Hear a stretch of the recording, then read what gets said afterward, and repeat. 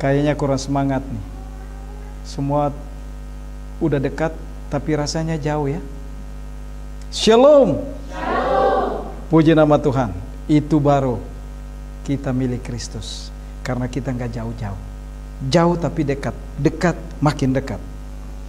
Baik Bapak Ibu, kita akan masuk dalam kebenaran firman Tuhan. Hari ini kita akan membahas dasar dalam keluarga.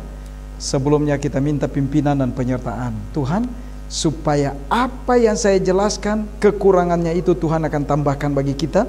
Yang lebih jelas lagi, Tuhan akan memberikan itu bagi kita, dan kita akan mempunyai pegangan dalam bekal hidup kita menjalankan sisa hidup dalam kehidupan ini. Mari kita satu dalam doa.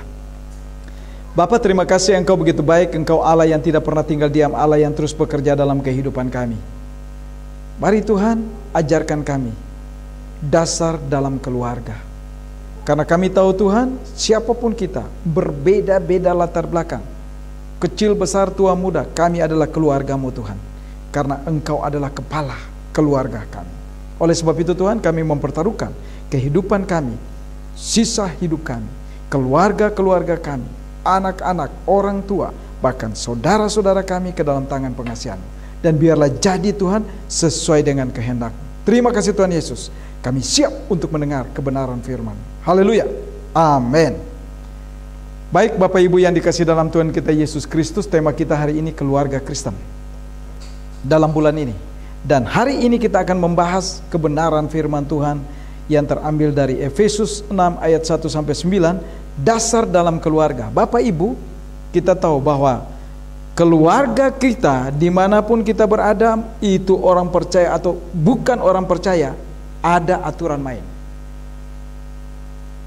Yang sudah berkeluarga, yang belum, semua ada aturan. Karena apa? Waktu masih menjadi anak dan belum berumah tangga, dalam keluarga itu harus ikut dan taat dan tunduk kepada aturan keluarga, orang tua, ayah dan ibu. Kalau anak itu sudah berumah tangga, beda lagi. Berarti dia akan membuat satu peraturan yang baru, terpisah dari keluarga besarnya. Itulah yang Allah inginkan. Karena apa? Allah ingin ketaatan dalam setiap kehidupan kita sebagai orang percaya. Oleh sebab itu Bapak Ibu, mari kita buka Alkitab kita. Apapun itu Alkitab kita, mari kita buka. Mau elektro, mau manual seperti ini. Kita akan membaca dari ayat yang pertama sampai ayat yang ke-9. Kita silih berganti. Saya akan baca ayat yang pertama, Bapak Ibu ayat yang kedua, kita bergantian sampai ayat yang ke-9. Judul dan perikop yang diberikan oleh Lembaga Alkitab Indonesia, Taat dan Kasih. Ayat yang pertama demikian firman Tuhan. Hai anak-anak, taatilah orang tuamu di dalam Tuhan, karena haruslah demikian.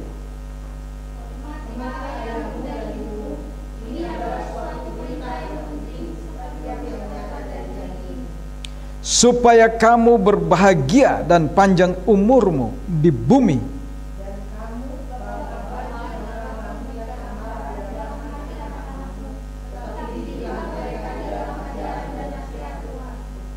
Hai hamba-hamba, taatilah Tuanmu yang di bumi dengan takut dan gentar dan dengan tulus hati, sama seperti kamu taat kepada Kristus.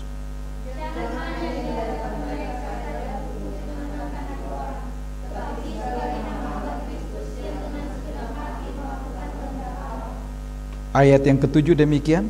Dan yang dengan rela menjalankan pelayanan seperti orang-orang yang melayani Tuhan dan bukan manusia.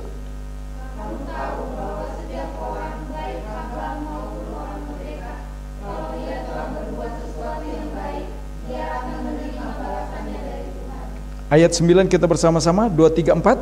Dan kamu tuan-tuan, perbuatlah demikian juga terhadap mereka, dan jauhkanlah ancaman. Ingatlah bahwa Tuhan mereka dan Tuhan kamu ada di sorga, dan Ia tidak memandang muka.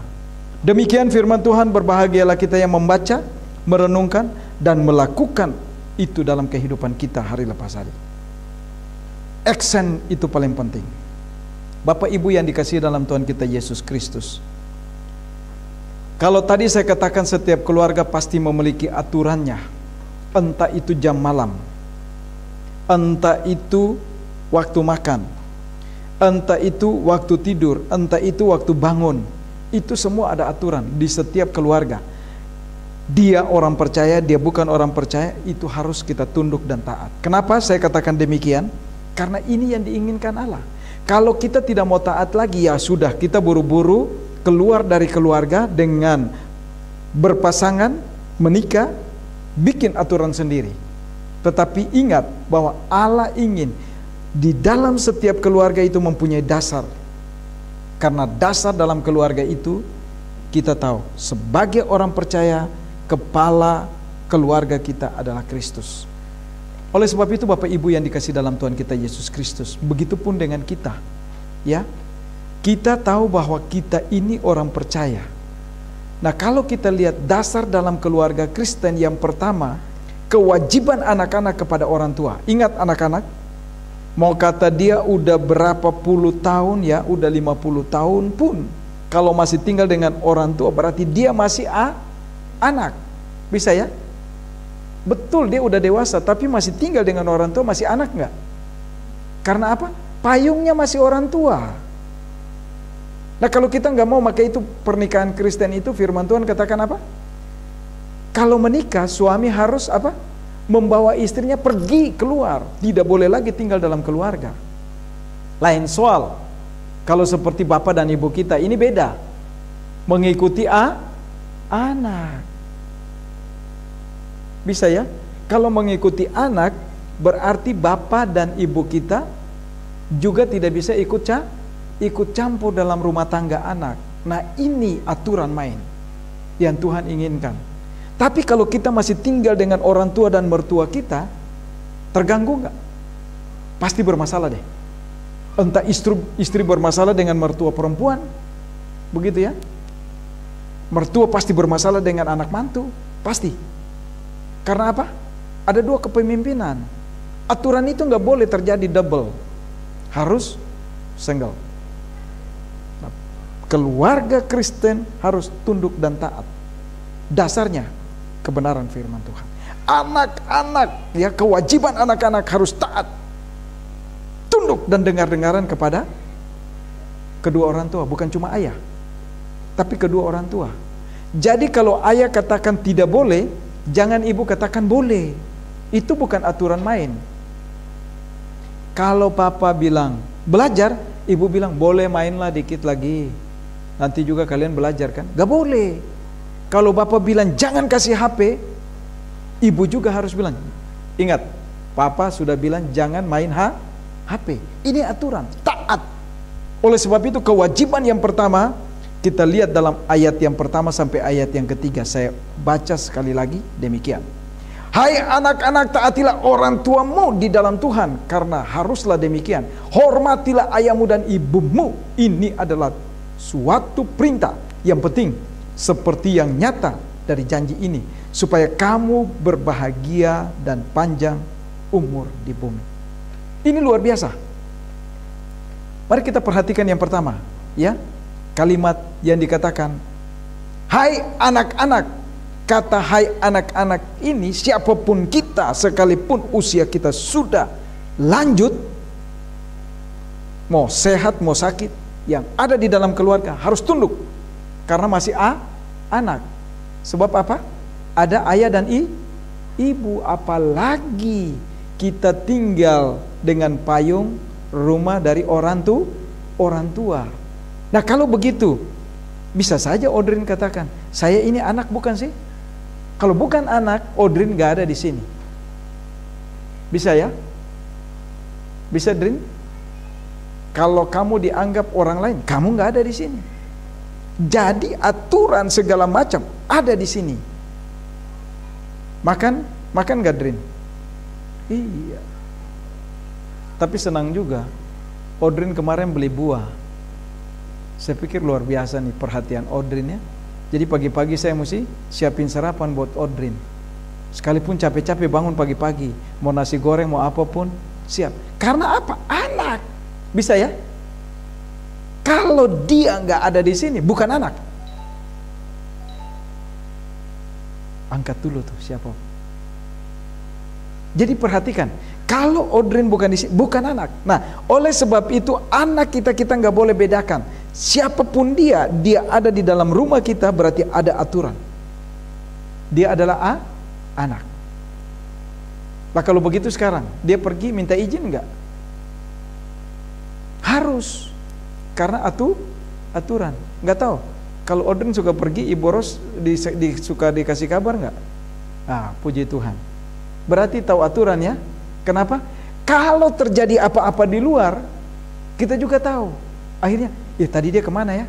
Oh, kecelakaannya di sana. Umpamanya, ini jangan ya. Kecelakaan tuh nggak boleh terjadi. Kalau kita orang percaya dan kita berhati-hati, kita taat, berlalu lintas, tidak akan terjadi. Tapi kalau terjadi sesuatu, kita tahu, oh ada di sana posisinya. Nah ini yang paling penting. Inilah aturan. Oleh sebab itu, kata hai anak-anak ini ditujukan kepada setiap kita anggota keluarga yang dimana ada orang tua. Lalu kalau sekarang dikatakan nggak ada orang tua, bagaimana dong? Bapak mamanya udah nggak ada. Lalu di situ ada siapa? Oh ada kakak yang tertua. Bertanggung jawab nggak? Nah perhatikan, kakak yang tua, mau dia wanita atau dia laki, dia akan menjadi ibu atau ayah bagi adik-adiknya. Sama seperti abang, terus Line, dengar nggak sama abang? Jangan pergi Line, ini udah jam malam. Tapi Line masih mau pergi juga. Terus abang marah-marah, siap diterima nggak? Harus diterima, ini aturan. Bisa ya? Itu namanya abang dan kakak yang baik hati untuk melindungi keluarganya. Ini ketaatan. Jadi kalau kita masih bersama-sama, lain soal kalau kita tinggal sendiri. Di lain kota, di lain daerah, atau kita sudah berkeluarga. Itu lain soal. Nah, oleh sebab itu Bapak Ibu yang dikasih dalam Tuhan kita Yesus Kristus, ini yang pertama. Nah yang kedua dari ayat 1 dan sampai ayat yang ketiga ini, ada kalimat yang dikatakan gini, taatilah orang tuamu di dalam Tuhan. Ini perhatikan nih kata di dalam Tuhan. Bapak Ibu ingat, ini bahaya kalau kita sebagai orang percaya dan anak-anak.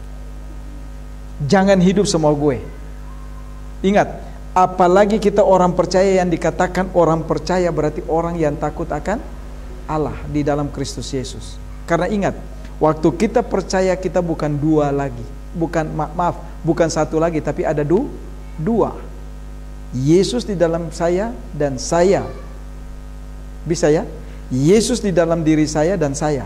Berarti bukan saya sendiri. Jadi kalau dikatakan taatin orang tuamu di dalam Tuhan, orang tua yang takut Tuhan itu punya otoritas. Hati-hati anak-anakku yang cantik-cantik dan ganteng-ganteng. Kalian boleh bermusuhan kakak dan adik. Tapi kalau sama orang tua, hati-hati. Karena sepatah kata keluar dari mulut orang tua itu bahaya. Sebab orang tua yang takut akan Tuhan adalah wakil Allah di dalam dunia untuk kita. Jadi kalau dia katakan sesuatu, ingat. Nah kalau begitu kami jauh dari orang tua, Pendeta Yan, ingat siapa yang tertua. Kita harus dengar. Kalau kita mau diberkati, kita dengar. Kalau dikatakan, kamu udah buat tugas belum? Buat tugas dulu baru yang lain. Jangan malam minggu nih, tugas gampang. Besok Senin mau kumpul tugas. Bagaimana kita coba? Keteter enggak? Keteter. Apalagi malam minggu, minggunya enggak beribadah, Tuhan lebih marah. Oleh sebab itu ingat, kalau orang tua atau orang yang di atas kita yang menjadi payung takut akan Tuhan, hati-hati. Karena maaf, saya banyak lihat ada orang-orang yang maaf kata melakukan hal-hal yang tidak terhadap orang-orang yang takut akan Tuhan. Apa yang terjadi coba? Apalagi orang itu lebih tua dari kita. Mengerikan. Dampaknya besar sekali. Oleh sebab itu mari kita tarik dan kita taat satu sama yang lain. Kalau orang itu tua, ya kita menghormati sebagai abang, kakak, om, tante. Karena ini yang berikut dikatakan apa? Supaya, coba perhatikan ya, yang berikut dikatakan, kalau hormati ayah dan ibumu, taat kepada mereka, kita akan memperoleh janji. Tanah di mana kita berpijak ini akan membawa berkat bagi kita. Tidak akan menjadi neraka bagi kita. Tapi di mana kita berada kita enjoy. Kita happy. Karena apa? Tuhan bersama kita. Sebab ketaatan tadi kepada orang tua yang takut akan Tuhan, ayah maupun ibu kita, orang-orang yang membawai kita, yang memayungi kita, yang menjadi hormat bagi kita, kita takut kepada mereka yang takut akan Tuhan, kita akan diberkati. Apapun yang kita kerjakan, Tuhan akan limpahkan. Bahkan jangan itu, tidur saja kita, Tuhan memberkati kita waktu tidur. Kenapa? Ada rasa tenang, ada rasa damai sejahtera. Tidak ada ketakutan. Siapa yang mau datang mengancam kita? Ada orang yang punya otoritas, yang selalu membawa kita dalam doa, yang selalu memperhatikan kita, yang selalu mengawasi kita tanpa kita sadari. Jadi jangan berpikir, saya cuma sama abang sama kakak kok, saya jauh dari orang tua, saya ke sekolah aja, tapi ya ini hari kan ya nggak ada kuliah, nggak ada mata pelajaran yang penting, saya pergi aja, tujuannya ke sekolah tapi main. Bahaya nggak? Hati-hati. Ini bahaya. Waktu hati kita tidak lagi taat, mata Tuhan tetap memperhatikan. Mazmur 121 itu katakan apa? Kulayangkan mataku ke gunung-gunung, dari manakah akan datang pertolonganku? Pertolonganku dari siapa? Dari Tuhan yang menjadikan langit dan bumi. Tanah yang kita pijak, dia tetap melihat kita, nggak terpejam. Kita bisa terpejam, kita bisa ngantuk, tapi Tuhan tidak pernah. Mau siang malam, hari berganti, bulan, minggu, tahun, Tuhan tetap melihat kita. Jadi apa yang kita kerjakan, Tuhan akan memberkati. Ini janji firman Tuhan. Ini yang pertama. Oleh sebab itu, perhatikan Bapak Ibu yang dikasih dalam Tuhan kita Yesus Kristus yang punya anak-anak, dan khusus buat anak-anak. Wahyu 3 ayat 19 bunyinya, barang siapa yang kukasihi, ia kutegur dan kuhajar. Jadi waktu kita melawan orang-orang yang takut akan Tuhan, hati-hati. Bukan orang itu yang akan menegur kita, mencambuk kita. Tapi perhatikan, cambukan itu akan datang dari siapa? Allah langsung. Karena Allah yang lebih tinggi, kita wakilnya untuk memberikan nasihat dan perhatian buat anak-anak, bahkan adik-adik kita. Jadi perhatikan, ini bahaya. Kalau sampai Tuhan tegur, waduh. Iya, dia mau berkhotbah lagi ya, bagus. Hebat. Ya, oleh sebab itu perhatikan. Jadi kalau anak-anak itu taat, pasti mereka mendapat penggenapan janji Tuhan. Dan Tuhan akan menjaga. Tuhan tidak pernah menegur orang sembarangan. Tetapi kalau kita melenceng, Tuhan akan tegur. Jangankan dia tegur, dia sentil aja, kita udah kejang-kejang. Mau begitu dulu atau enggak? Ngeri loh. Saya rasa sentil Tuhan tuh enggak enak. Baru Tuhan bukan sentil, baru begini. Ya teman, padahal dia masih sapain saya gitu ya. Ya teman, kan biasa kan kalau orang Indonesia Timur sapain orang kan pukul pundak gitu. Gitu ya. Baru begitu aja saya udah kejang-kejang. Aduh. Jadi janganlah. Jangan sampai Tuhan say hello kita ya. Ngapain lo? Aduh. Tapi mari kita tinggalkan. Ini bagian yang pertama. Bagian yang kedua, dasar dalam keluarga Kristen. Ayat pertama sampai ayat yang ke-9 itu jelas ya. Dan khususnya ayat yang keempat bunyinya demikian. Saya baca sekali lagi. Dan kamu bapak-bapak, janganlah bangkitkan amarah di dalam hati anak-anakmu, tetapi didiklah mereka di dalam ajaran dan nasihat Tuhan. Kenapa Bapak Ibu? Ini bukan cuma bapak-bapak. Memang di sini ditujukan kepada bapak-bapak. Sama kalau kita orang-orang daerah-daerah tertentu ya, daerah-daerah tertentu itu istri-istri itu kadang-kadang dinomor duakan. Tapi kalau kami di Ambon nggak ada, sama semua. Tapi kalau di daerah lain saya lihat bapak-bapak itu lebih tinggi derajatnya ya. Jadi sama, bangsa Yahudi juga seperti itu dulu. Zaman dulu. Kalau sekarang udah emansipasi. Maka itu di dalam Alkitab ini banyak diceritakan tentang dan dibicarakan tentang pria, bapak-bapak, laki-laki. Wanita agak kurang, tapi wanita-wanita khusus dipilih. Tapi saya mau katakan, sekarang ini sudah sama. Oleh sebab itu dikatakan bukan cuma bapak-bapak, ibu-ibu juga, atau kakak-kakak dan abang-abang yang lebih punya otoritas lebih tinggi. Nah, dikatakan dalam ayat yang keempat, ya, kita perhatikan, dan kamu bapak-bapak, ibu-ibu juga, kakak-kakak, abang-abang, janganlah bangkit amarah di dalam hati anak-anakmu, di dalam hati adik-adikmu, tetapi didiklah mereka di dalam ajaran dan nasihat Tuhan. Bapak Ibu, ada kejadian pengalaman dalam pelayanan kami. Ini anak pintar. Kebetulan anak ini dari salah satu daerah Sulawesi Utara. Anak pintar. Tapi waktu dia disuruh kerjakan pekerjaan rumah, ini perhatikan ya Bapak Ibu, pekerjaan rumah, biasa orang Indonesia Timur tuh keras kalau didik anak.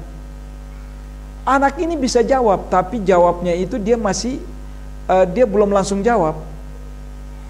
Dia karena mau minum atau mau apa, dia dihajar sama bapaknya. Dan Bapak Ibu tahu, mulai dari saat itu dia dididik seperti itu, keras. Apa yang terjadi? Luka batin. Dan luka batin itu bukan cuma sakit hati, tapi ada pijakan iblis di sana. Sehingga waktu dia mau lulus, dia itu waktu itu SMP, mau lulus SMP, pingsan. SMA pingsan. Mulai kuliah, apa yang terjadi Bapak Ibu? Naik mobil, begitu mobil itu penuh, pingsan. Bawa mobil aman dong, sendiri, pingsan juga. Tapi sebelum pingsan dia pinggirin dulu mobil. Bahaya nggak? Hati-hati. Ada, nanti saya cari videonya ya. Waduh, videonya rusak. Waktu itu ada kasus-kasus bagus, tapi karena pakai handycam di pita itu pecah.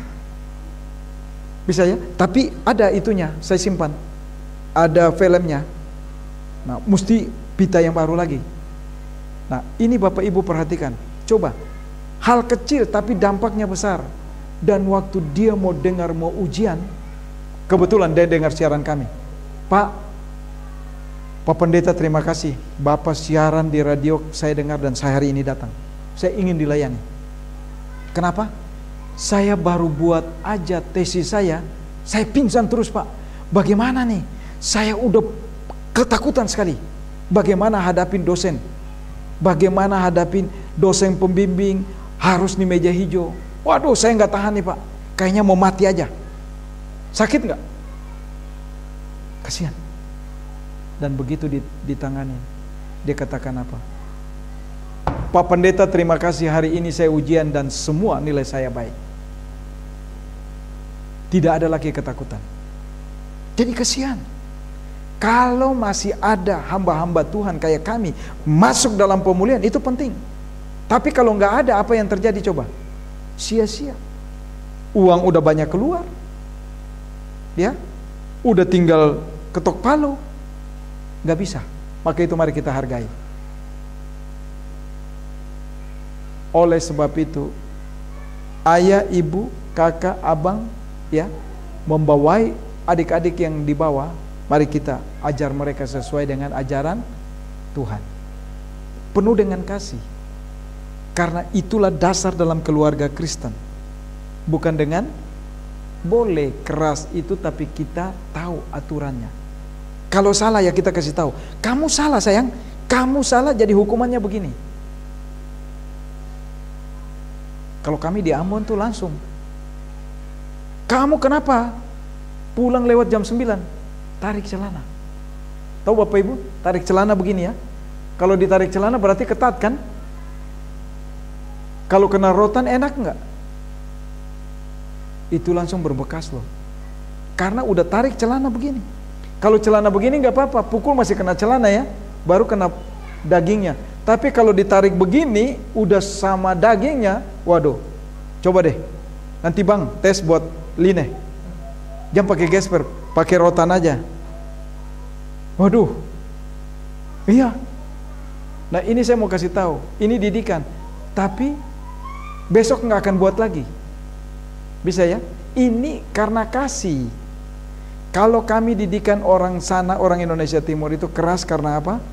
Di sana nggak bisa main-main dan lembek. Kalau lembek, habis. Orang tuanya akan diinjak-injak kepalanya. Nah itu. Ini hal yang kedua. Oleh karena itu, mari kita perhatikan kalimat sebagai ini. Tetapi didiklah mereka di dalam ajaran dan nasihat Tuhan.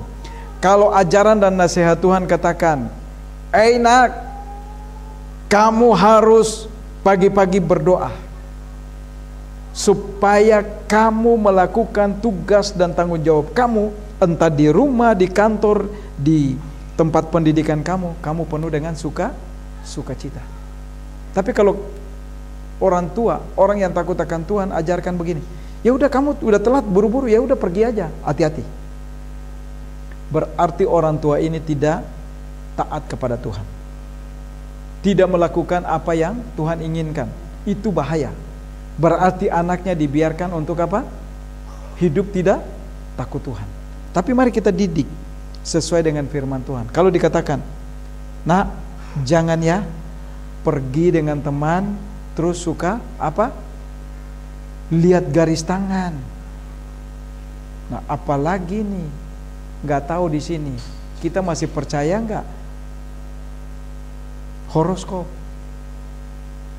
Mari kita bertobat, karena itu tidak diinginkan oleh Allah, dan Allah paling membenci orang-orang yang lakukan hal itu dan percaya kepada hal-hal itu, bukan kepada Allah. Tapi mari kita percaya kepada Allah. Itu yang Allah inginkan. Ini poin yang kedua. Nah, sekarang poin ketiga, dasar dalam keluarga Kristen ya. Dari Efesus 1 ayat 9 ini, yang khususnya ayat 5 sampai ayat yang ke-8, bunyinya demikian. Hai hamba-hamba, taatilah Tuhanmu yang di dunia dengan takut dan gentar, dengan tulus hati, sama seperti kamu taat kepada Kristus. Dan ayat selanjutnya, kenapa demikian?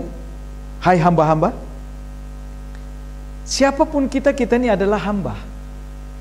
Maka itu orang katakan, Pak Pendeta, iya itu status kita di dunia, tapi buat saya ini adalah hamba Allah. Saya lakukan apa yang Allah inginkan. Nah, kita semua sebagai orang percaya adalah hamba. Contoh, kita lakukan tugas kita atau pekerjaan kita, usaha kita sekalipun, kita hamba enggak? Ya kita hamba. Kenapa? Kita harus taat.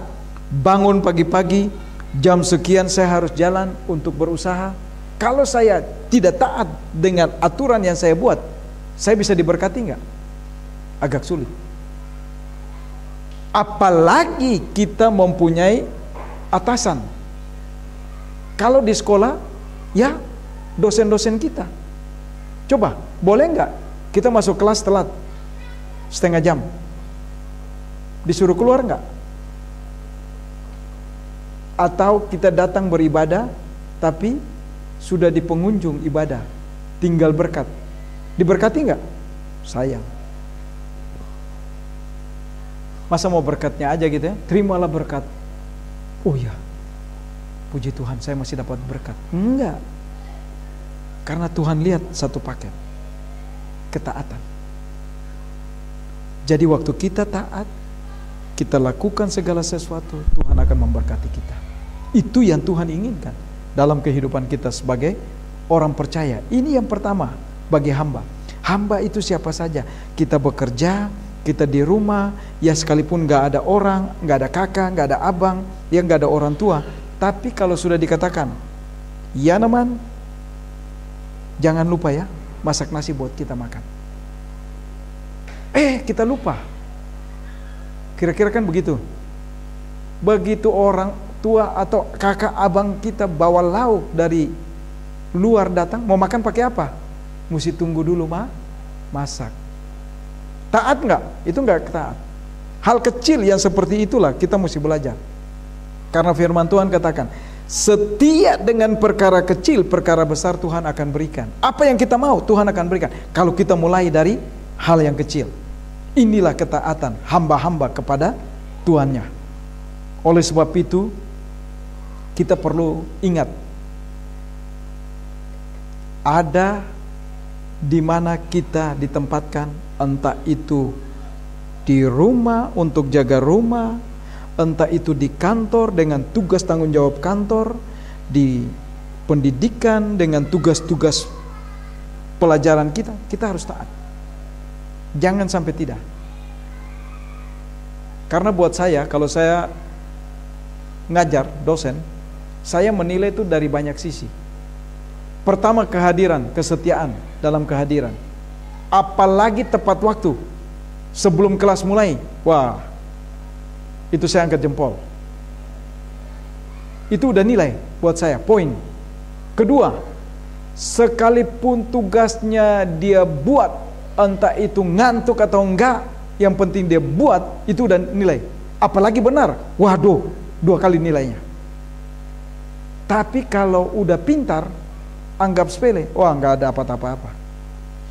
Itu dapat nilai C dari saya. Ulang lagi besok mata kuliah saya. Kenapa? Nggak taat. Nah ini kalau di dunia pendidikan, apalagi dalam rumah. Jadi kalau kita lihat,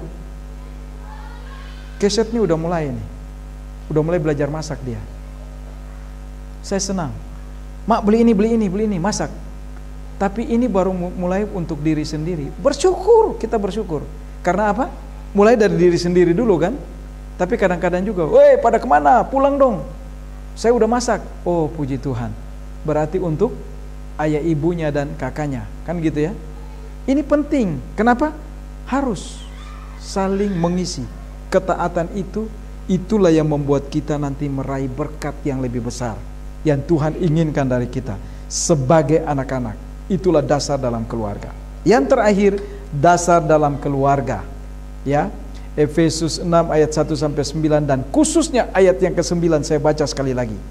Dan kamu tuan-tuan perbuatlah demikian juga kepada mereka yang, dan jugalah jauhkanlah ancaman. Ingatlah bahwa Tuhan mereka dan Tuhan kamu ada di sorga. Jadi kita punya Tuhan yang sama. Ini kenapa? Ini sebenarnya Rasul Paulus mengingatkan kita begini. Tuhan itu bukan hanya orang-orang yang bertanggung jawab atau ada di kantor atau dosen atau orang tua. Tapi kita ini juga semua adalah Tuhan. Contoh, kalau saya anak, saya punya adik, bertanggung jawab nggak saya? Halo? Bertanggung jawab. Kalau ada lagi anak-anak kecil, bertanggung jawab nggak kita? Umpamanya sekolah minggu, bertanggung jawab. Kita adalah Tuhan. Kita adalah pemimpin yang dimana kita boleh menuntun mereka untuk dapat mengerti kebenaran firman Tuhan dan jalan Tuhan. Itulah yang Tuhan inginkan. Oleh sebab itu kata Tuhan, janganlah ya. Karena ingat, sebagai orang percaya kita punya Tuhan yang sama. Mau itu anak-anak, mau itu orang dewasa, mau itu kakek nenek, kita punya Tuhan sama. Maka itu firman Tuhan katakan apa? Biarkanlah anak-anak itu datang kepadaku. Karena apa? Anak-anak kecil itulah yang punya kerajaan sorga. Jadi kalau kita sebagai orang yang gede, yang berkuasa atas mereka, jaga dan lindungi mereka. Bimbing mereka di dalam Tuhan. Jangan kita menyesatkan mereka. Waktu kita menyesatkan seorang anak kecil, berarti kita juga disesatkan oleh Tuhan. Tuhan gak suka. Inilah dasar dalam kehidupan Kristen. Oleh sebab itu, Paulus mengingatkan kita. Antara anak, ayah dan ibu, ya, hamba, siapapun kita ini semua budak. Budak di dalam Tuhan. Contoh, kita bekerja budak nggak? Kita budak. Nah, kita di rumah nggak bekerja kok, saya nggak dipimpin sama siapapun. Budak nggak? Budak. Karena apa? Bangun pagi-pagi, mesti cuci pakaian, mesti masak. Iya kan? Coba, mesti siapkan makanan, sarapan dan sebagainya. Budak buat diri sendiri, dan kita mesti belajar, taat. Waktu kita makan telat, sakit nggak? Sakit. Resiko kembali kepada kita. Tapi kalau kita Tuhan, kita mulai disiplinkan diri. Tunjukkan dedikasi kita kepada Tuhan, karena Tuhanlah yang memimpin setiap langkah kehidupan kita. Maka itu orang yang takut akan Tuhan, dia tidak pernah dibiarkan Tuhan sebagai peminta-minta. Orang percaya itu tidak akan dibiarkan sebagai peminta-minta, pengemis, tetapi orang yang dihormati oleh Tuhan. Amin. Mari kita tunduk kepala dan kita berdoa. Bapa, di dalam nama Tuhan kami Yesus Kristus, terima kasih Tuhan, Engkau begitu baik bagi kami. Engkau yang sudah menuntun, memimpin kami, dan biarlah Engkau ajarkan kami Tuhan untuk tetap setia dan belajar takut akan Engkau. Jadikan kami Tuhan menjadi dasar dalam keluarga Kristen, karena Engkau sendiri kepala bagi kami, dan pimpin kami Tuhan untuk takut dan setia kepada Engkau. Terima kasih Tuhan Yesus. Kehendak-Mu yang jadi Bapa, jangan kehendak kami. Haleluya. Amin.